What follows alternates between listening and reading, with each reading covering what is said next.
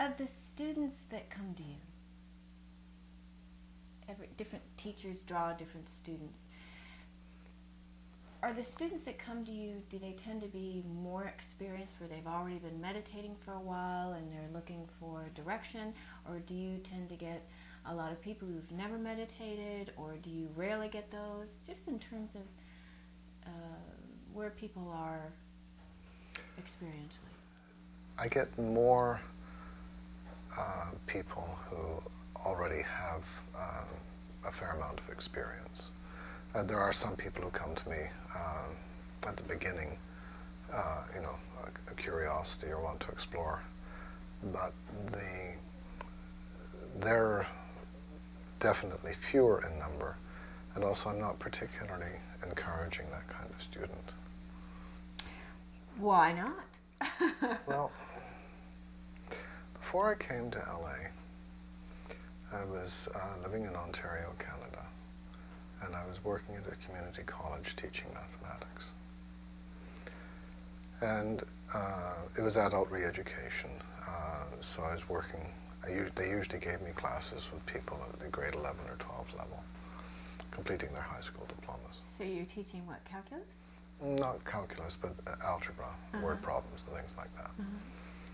And it was all self-directed study, and I was there to help them.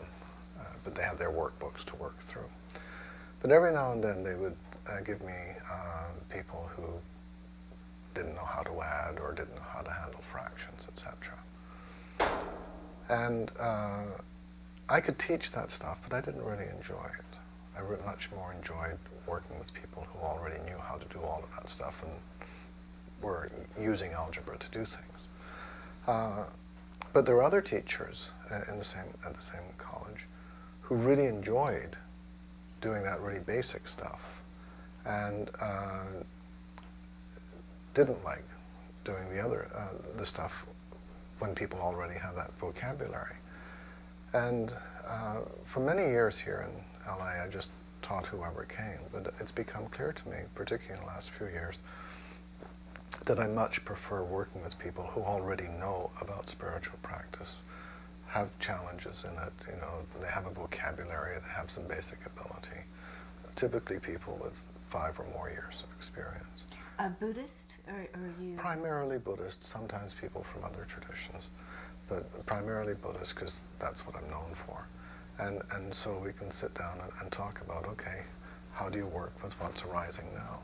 And so that's, I'm directing my attention to that, and that's the kind of people who come to me. And one of the big factors in that is are the podcasts that I have up on in the iTunes podcast section, because people can hear how I work with people and what I teach, and basically the beginner students don't want to come. And why? Why? Because I push people. Mm-hmm. And if they come with a question, then we'll engage in an interaction. You and I may do that here tonight.